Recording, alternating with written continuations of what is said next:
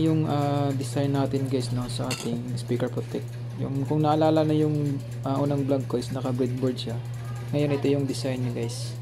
So for plancha na to, yan. So planchahin lang natin guys para ma-etch natin siya at ma-test. So ngayon bago natin siya i-plancha, kiskisin muna natin yung dumi guys gamit yung sandpaper. So huwag nyo lang tagalan yung pag-stick guys para di masyadong lumipis yung copper ng ating PCB. So pag tingin nyo na okay na, yan, so pwede na yan. Then hugasan muna natin ng alcohol guys. Any brand guys ng alcohol pwede yung ihugas para matanggal yung dumi, kasi yung pagkiskis natin ng sandpapers meron siyang mga konting dumi. And then ready to ano na natin yan, plancha. So follow ko lang yung temperature ng aking plancha, tapos dikit ko na yung design. So painitin nyo muna yung plancha nyo guys bago nyo itapat dyan sa ating photo paper. So ganyan, and then dahan-dahan lang, tapos i-din nyo guys mga 30 seconds. Yan. Tapos ano nyo na lang, galaw nyo na lang plancha ng ganyan. Sa akin mga mga 3 to 4 minutes ata okay na yung ano ko per plancha. So forward natin, yan, tapos na. Habang mainit guys, tatanggalin na natin yung ating photo paper. So ingat na lang, baka mapasok kayo. So yung pagtanggal natin is ganyan. So dikit na dikit lahat yan guys, basta maayos yung pagkalinis ng ating PCB. Yun. So ready for etching na yan. Then etching na tayo guys. Patay ng perchloride tsaka yung ano yan, lalagyan. Then lagyan na natin dyan. Then perchloride. So ingat guys pag nag-etching kayo. So yung perchloride is ano yan, nakakamatay. So mas mabuting mag-gloves guys, pero wala tayong gloves sa ngayon. So maghugas lang tayo ng kamay pagkatapos mag-etch. So alagin nyo lang guys. So mas mabuti meron tayong etcher guys, yung DIY, yung automatic, ipapatong lang yung container. So gagawa tayo niyan guys sa sunod. Check natin. So malapit na siya. So forward natin to guys. Akat ko lang. Yan. Okay na.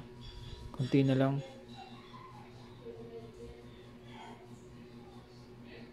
So madali lang matunaw yung copper ng PCB guys, kasi maganda yung class ng PCB na nabili ko sa Shopee. Makapal siya, tapos yung copper niya is madaling matunaw. Pero makapal guys, magandang gamitin. So okay na yan. Tatanggalin na natin yung kanyang ink using steel wool brush. Tanggalin nyo guys. Pwede rin namang aceton, pero sa akin mas prefer na steel wool yung gagamitin ko. Yun. Huwag na, stop. So okay na to. So ito na guys, next steps natin is mag-drill tayo using our mini drill. Bubutasan natin yung mga ano niya. Ito yung mini drill ko, 12 volts. Then drill na tayo guys. So stay tuned lang guys, time lapse lang natin.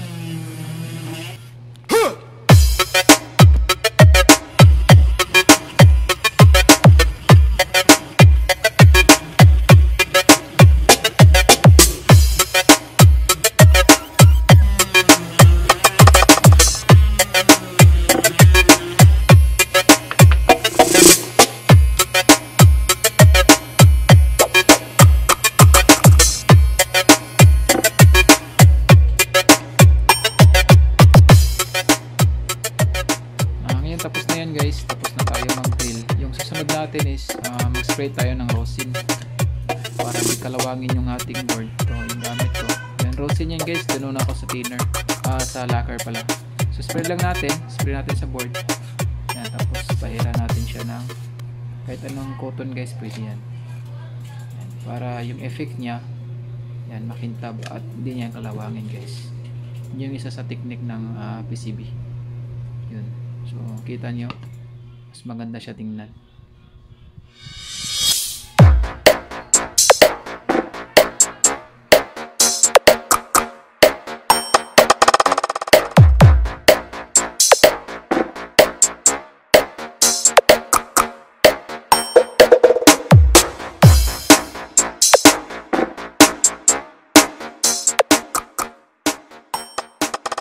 Ngayon guys ay tatanim na natin yung mga parts niya. So unahin natin yung mga resistor. So stay tuned guys. Samahan niyo ako hanggang sa mabuo to.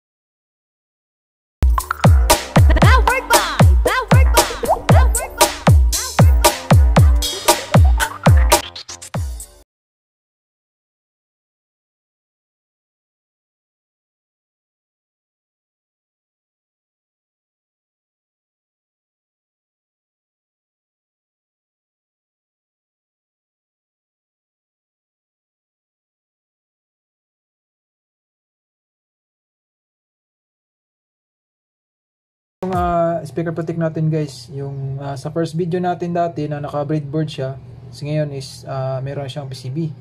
So Rocola to guys, yung minodified ko na nilagyan ko ng clip indicator, signal indicator at saka yung protect indicator niya. So sa Rocola kasi guys is protect lang siya at saka yung active lead. So wala siyang signal, wala din siyang clip. So ngayon in-integrate natin, so ito na yung itsura niya. Yun.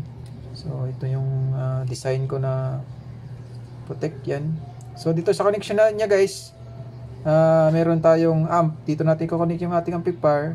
Ito naman yung speaker, tsaka yung ground, at saka yung ating negative rail para sa ating clip indicator. Ang supply niya guys is 12 volts. Pwedeng AC, pwede din DC. So AC-DC guys, gagana to. Yun. So ngayon, testing natin siya. Gamitin natin yung ating Zener amp na sa unang video. Yan. Check nyo guys yung ating vlog sa Zener amp natin na 1 pair. So nasa description yung link niya. So yan yung gagamitin natin ngayon pang testing natin sa ating speaker protect. Yan. So bali yung connection natin guys is napakasimple lang. So usual lang yung ginagamit natin ng mga speaker protect na nasa Shopee. Is pareha lang din dito. Yan. So ito yung speaker wire ko. Yan. Yung positive niya is ito. So kukonek lang natin guys. Dito lang natin siya i-connect yung ating speaker, yung positive ng ating speaker. So lagay lang natin dyan. And then yung ground niya is dito.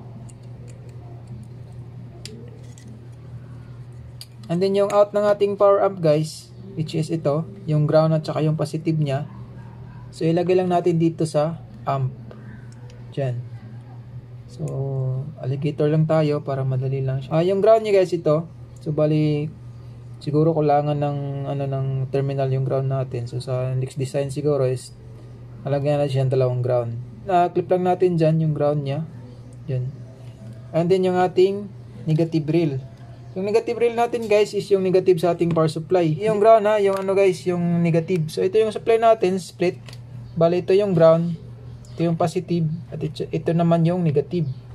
So dito natin kukuhanin yung negative para sa ating clip indicator. So ilalagay lang natin dyan siya sa negative rail.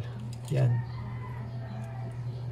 And then yung power supply niya guys is 12 volts. So sinabi ko kanina na pwedeng AC, pwede rin DC. So ano lang natin yung wire niya para di masyadong makalat. And then yung supply niya guys, kakabit na natin dito. Yan. 12 volts, AC or DC. Yan. So testing na tayo guys, piplay tayo ng music.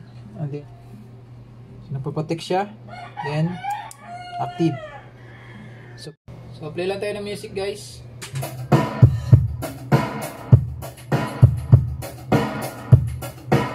Okay na okay yung speaker protect natin. Rocola to guys ha, Rocola.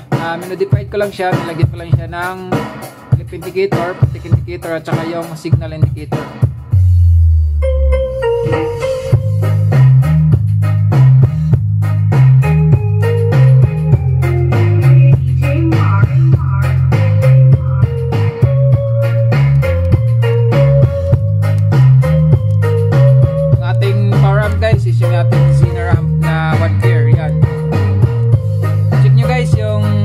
Natin yan, nasa description yung link nya. Ito yung ating substart guys, nasa description din, check nyo lang din yun guys kung gusto nyo. So lahat ng mga design nyan guys nasa ano nya, video nya, click nyo lang, free download lang yun, pwede nyo gamitin sa mga gusto mag DIY. So napakaganda ng ating speaker protect guys.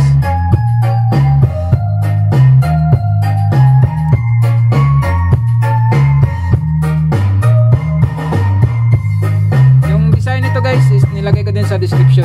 Mag-download na lang kayo guys kung gusto nyong subukan yung ating design. So walang bayad yun, libre yun guys, para sa inyo.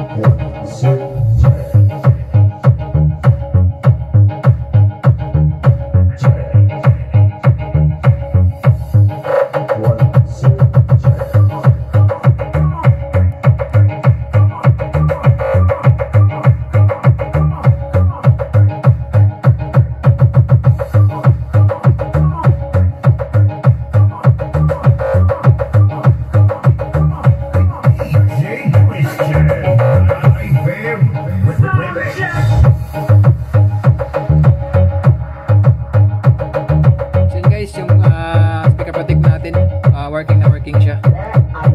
So ulitin ko guys, sa mga gustong mag-DIY niyan, download nyo lang yung files niya guys, nasa description yung link.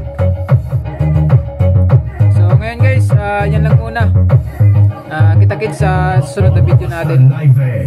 Don't forget guys to subscribe to our channel, Nicalbatronics.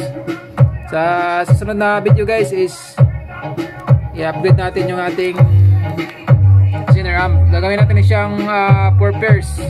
So abangan nyo lang guys yung bagong update natin dyan. So